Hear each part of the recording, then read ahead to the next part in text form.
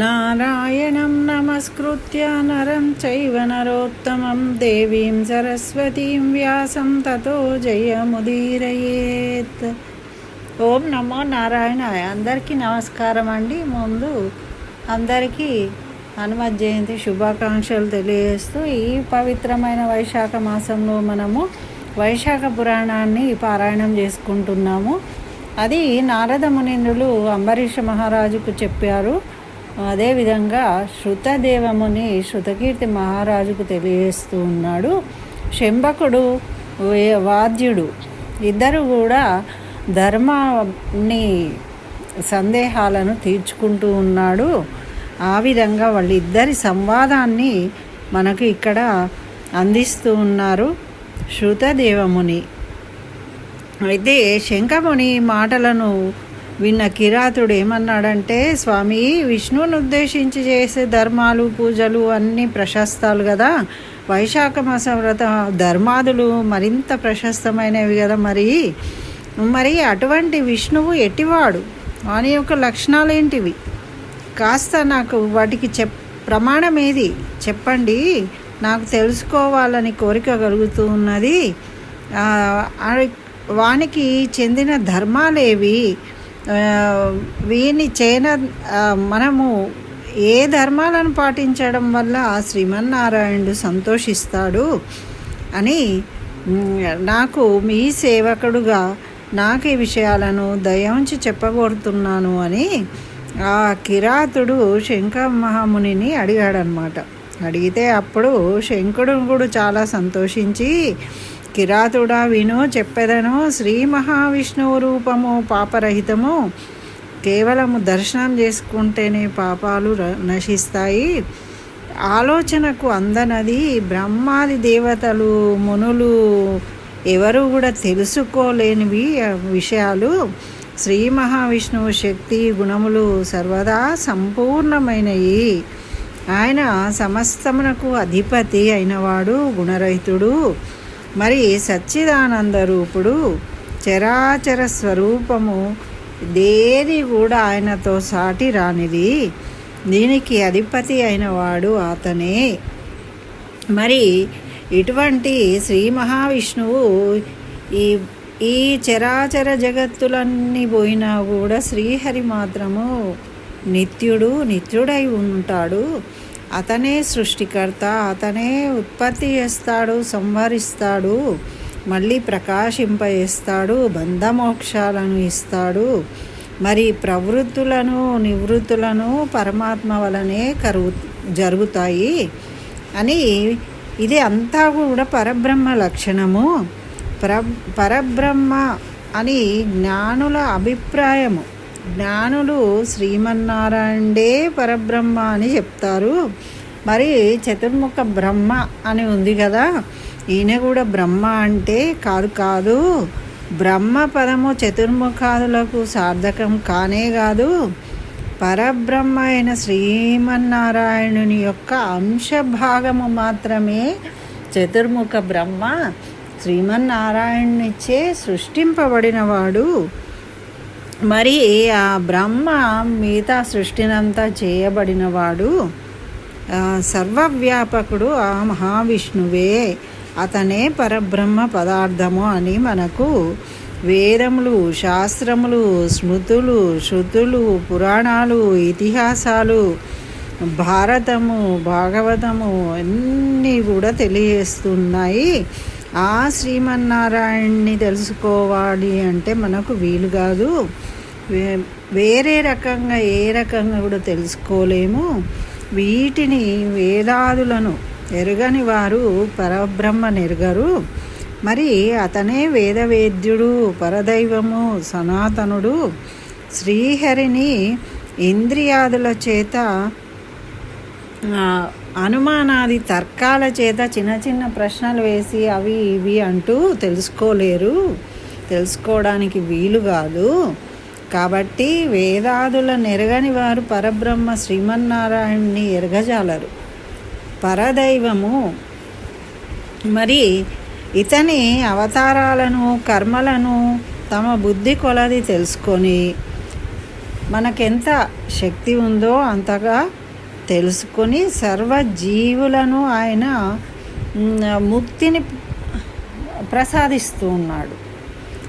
మనం ఇంత చిన్న పని చేస్తే శ్రీహరి మహిమను క్రమక్రమంగా తెలుసుకోవాలి. కానీ మనకు ఒకసారి చెప్పగానే అర్థమయ్యే విషయం కాదు ఇది. మరి అతనే సర్వశక్తి సంపన్నుడు. దేవతలు, ఋషులు, పితృదేవతలు అందరూ కూడా ఒక్కొక్క విధమైన శక్తిని ఇచ్చేవాళ్ళే కానీ పరబ్రహ్మ మాత్రము ఆ శ్రీమన్నారాయణుడే. మరి బలము, జ్ఞానము, సుఖము అన్నీ ఉండడం వల్ల మనం ఏమనుకుంటామంటే మనుషులమే చాలా గొప్పవాళ్ళము, ఉత్తములము అనుకుంటాం. కానీ మనుషుని కంటే జ్ఞానము గలవాడు, మనుషులను పరిపాలించేవాడు రాజు ఇంకా జ్ఞానవంతుడై ఉంటాడు. మనుషుల కన్నా 100% గొప్పవాడు రాజు.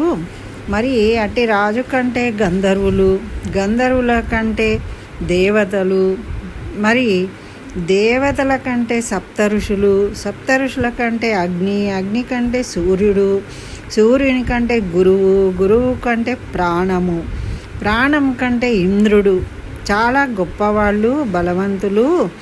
ఇంద్రుని కంటే గిరిజాదేవి, ఆమె కంటే జగద్గురువు అగు శివుడు, శివుని కంటే మహాదేవి అగు బుద్ధి, బుద్ధి కంటే మహాప్రాణము గొప్పవి. ఇట్టి మహాప్రాణాలు గొప్పది, అటువంటి గొప్పది ఇంకోటి లేదు. మరి ప్రాణమునందే సర్వము ఉన్నది. ఈ ప్రాణము నుండియే ప్రాణాత్మకమగు విశ్వం ఉన్నది, పుట్టినది. ఈ ప్రాణం అనేదే ముఖ్యమైనది. మరి ఇక్కడ ప్రతీది కూడా ప్రాణము కలిగి ఉన్నది. అంటే సర్వము కదులుతూ ఉంది. మరి నల్లని మబ్బు వలె ప్రకాశించు ఈ ప్రాణము సర్వాధారం అని పెద్దలు చెప్తూ ఉంటారు. మరి లక్ష్మీ కటాక్షంచే ప్రాణము నిలిచి ఉంటుంది. ఆ లక్ష్మీదేవి నిత్యము అనపాయిని అయి శ్రీమన్నారాయణుని కొద్దిపాటి దయచేతనే ఇంతగా ప్రకాశిస్తుంది. మరి అటువంటి సర్వాధారుడు సర్వోత్తముడైన శ్రీ మహావిష్ణువు కంటే గొప్పది ఏముంటుంది? ఏది ఉండదు. అతనితో సమానమైనది ఏది లేదు. అతనే అధిపతి. ప్రాణము కంటే మరి అతనే గొప్పవాడు అయినప్పుడు ప్రాణము కన్నా గొప్పది లేదు అంటున్నారు కదా. మరి విష్ణువు గొప్పనా, ప్రాణము గొప్పనా అని కిరాతుడు ప్రశ్నించాడనమాట. అప్పుడు శంకుడు ఈ విధంగా చెప్తూ ఉన్నాడు. కిరాత విను, సమస్త జీవులు పరిశీలించి నిర్ణయించారు ఇది ప్రాణాధిక్యం అని చెప్తారు. మరి దీనికి నేను చక్కగా వివరిస్తా విను. పూర్వము శ్రీమన్నారాయణుడు బ్రహ్మాండమును సృష్టించిండు, బ్రహ్మాదులను సృష్టించి దేవతలారా, నేను మీ దేవతల సామ్రాజ్యానికి బ్రహ్మను అధిపతిగా రాజుగా నియమించాను. మరి మీలో గొప్పవారెవరో చెప్తే వారిని యువరాజుగా నియమిస్తాను అని చెప్పిండు. మరి వాళ్ళు ఎలాంటి వాళ్ళు అయి ఉండాలి అంటే శీలము, శౌర్యము, ఔదార్యము మున్నగు గుణాలు కలిగి ఉండాలి అని చెప్పిండు. చెప్తే అప్పుడు ఇంద్రాది దేవతలందరూ కూడా నేను గొప్ప అంటూ పరస్పరము వాదులాడుకున్నారు తప్ప వాళ్ళు ఏ విధంగా కూడా నిర్ణయించుకోలేకపోయినరు ఎవరు గొప్ప అని. చివరకు తగిన వారెవరో తెలియట్లేదని శ్రీమన్నారాయణ దగ్గరికి వెళ్ళి ప్రార్థించిండ్రు. మరి మీరే తెలియజేయండి శ్రీహరి, మాకు తెలియడం లేదు అని. అప్పుడు ఆ శ్రీహరి నవ్వి, సరే మరి ఈ స్థూల దేహము విరాజమానం అవుతూ ఉంది కదా, ఈ దేహంలో చాలామంది దేవతలు ఉంటారు అంశరూపంలో. మరి ఏ దేవుడు, ఏ దేవుని అంశ ఈ శరీరం నుండి బయటకు వస్తే ఈ దేహము పడిపోతుందో, మరి ఏ అంశ దేవత ఈ శరీరంలోనికి వస్తే ఆ శరీరము లేచి నిలబడుతుందో అతనే గొప్పవాడు అని నిర్ణయిద్దాము, మరి ఆ విధంగా దీన్ని నిరూపిద్దాము అన్నారు. అంటే అందరూ దేవతలందరూ కూడా అంగీకరించిండ్రు. అప్పుడు స్థూల శరీరమును పాదముల నుండి ముందు జయంతుడు దేవశ్రేష్ఠుడు వెళ్ళిపోయినట. వెళ్ళిపోగానే నడవలేకపోయిండు, కుంటోడు అన్నారు. మరి వెళ్ళిపోయినాక స్థూల దేహం నుండి గుహ్యవయనము నుండి దక్షుడన ప్రజాపతి పోయిండట. మరి అయినా శరీరం పడిపోలేదు, మంచిగానే ఉన్నాడట. వింటున్నాడు, చూస్తున్నాడు, పలుకుతున్నాడు, గాలి పీల్చుకుంటున్నాడు. తర్వాత హస్తంల నుండి ఇంద్రుడు వెళ్ళిపోయాడట. అలాగే హస్తహీనుడైపోయిండు ఇంద్రుడు వెళ్ళిపోతే, కానీ మిగతా అన్ని పని చేస్తున్నాయట. మరి అలాగే కన్నుల నుండి సూర్యుడు చూపు పోయిందట. అలా వెళ్ళగానే శరీరము వినుటకు మున్న పనులకు మంచిగానే ఉన్నదట. మరి ముక్కు నుండి అశ్విని దేవతలు వెళ్ళిపోయారట. వాసన చూడలేకపోయిందట, కానీ మిగతా అన్ని పని చేస్తూ ఉన్నాయట. మరి ఇట్లా ఒక్కొక్కళ్ళు వెళ్ళిపోతూ ఉన్నారట. దిక్కులు చెవుల నుండి వెళ్ళిపోయినరట. వాళ్ళు వినికిడి శక్తి కోల్పోయినరట, చెవిటి వాళ్ళు అయిపోయినరట. ఇట్లా అన్ని దేహం నుండి నాలుక నుండి వరుణుడు వెళ్ళిపోయిందట, రుచి తెలియకుండా పోయిందట. మరి ఇట్లా శరీరం మాత్రం పడిపోలేదు. ఇలా ఎవరు వెళ్ళిపోయినప్పటికీ కూడా మరి వాక్కుకు అధిపతి అయిన అగ్ని కూడా బయటకు వచ్చేసిండట. మాట లేకపోవడచే మూగవాడైండు, కానీ చూచుటకు దానికి ఏమీ ఇబ్బంది లేకుండా మరి ఉన్నప్పుడు జ్ఞానస్వరూపుడైన రుద్రుడు శరీరం నుండి వెళ్ళిపోయిందట. వెళ్ళిపోతే కూడా జ్ఞానం లేదు, కానీ వినుటం ఉన్నవి అన్ని మామూలుగా చేసేస్తున్నాడట. అప్పుడు ప్రాణము వాయువు వెలుపలికి వచ్చిండట. అప్పుడు ఆ శరీరము కన్నులు, చెవులు, మాట అన్నీ ఉన్నప్పటికీ నిశ్చేష్టుడై పడిపోయిందట. దీన్ని చూసి దేవతలందరూ ఆశ్చర్యపోయిందట. అప్పుడు శ్రీహరి ఏమన్నాడంటే, ఇట్లు ఈ శరీరము నిర్జీవం అయిపోయింది కదా, మరి ఈ శరీరము ఏ దేవత ప్రవేశిస్తే లేవదీయునో అతడే యువరాజు అని నిర్ణయించిండట. అప్పుడు శ్రీహరి మాటలు విని మళ్ళీ వరుసగా అందరూ జయంతుడు పాదాలలో ఇంద్రుడు, హస్తాలలో సూర్యుడు, కళ్ళల్లో రుద్రుడు, జ్ఞానంలో, ఈ విధంగా అందరూ దిక్కులు చెవులల్లో ప్రవేశించినా కూడా, ఎవరు ప్రవేశించినా కూడా మళ్ళీ అది లేవలేదట. మరి ఆ విధంగా మరి మనసులో ప్రవేశించినా కూడా కదలలేదట. అప్పుడు చివరగా ప్రాణము ప్రవేశింపగా ఆ శరీరము లేచిందట, వాయువు.